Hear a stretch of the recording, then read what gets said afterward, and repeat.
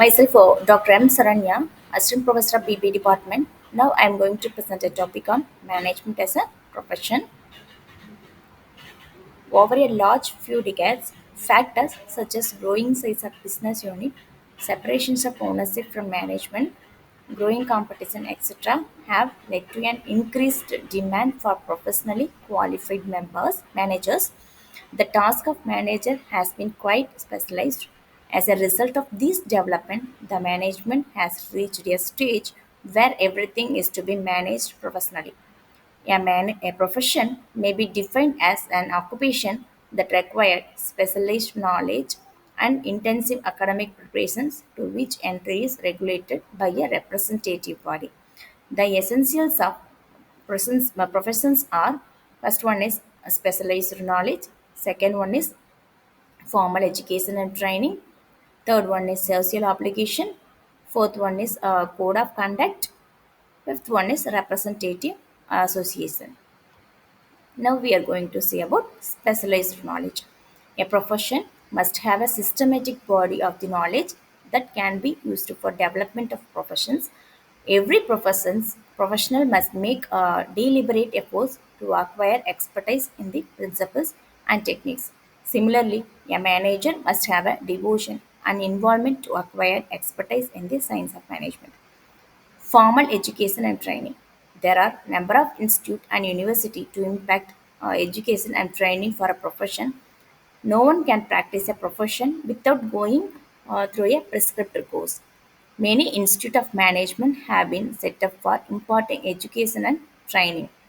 For example, yeah, CA cannot audit the accounts unless he has acquired a degree or diploma for the same. But no minimum qualifications and a course of study has been prescribed for managers by law.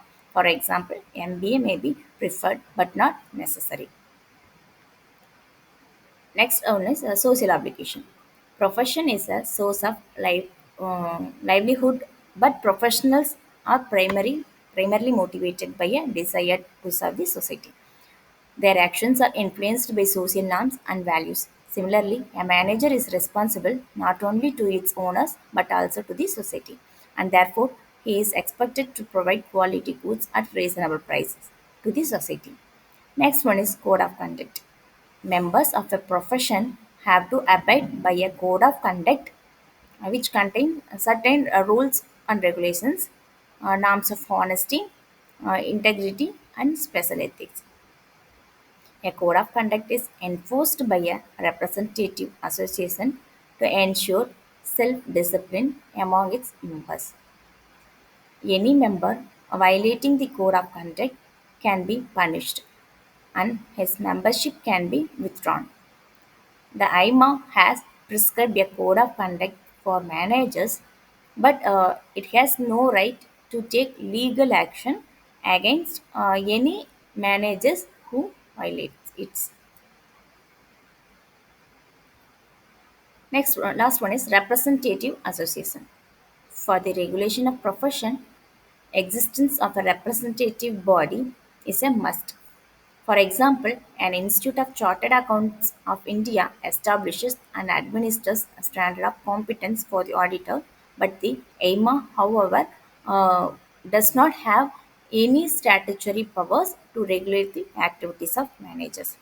From above discussion, it is quite clear that management fulfills several essentials of a profession.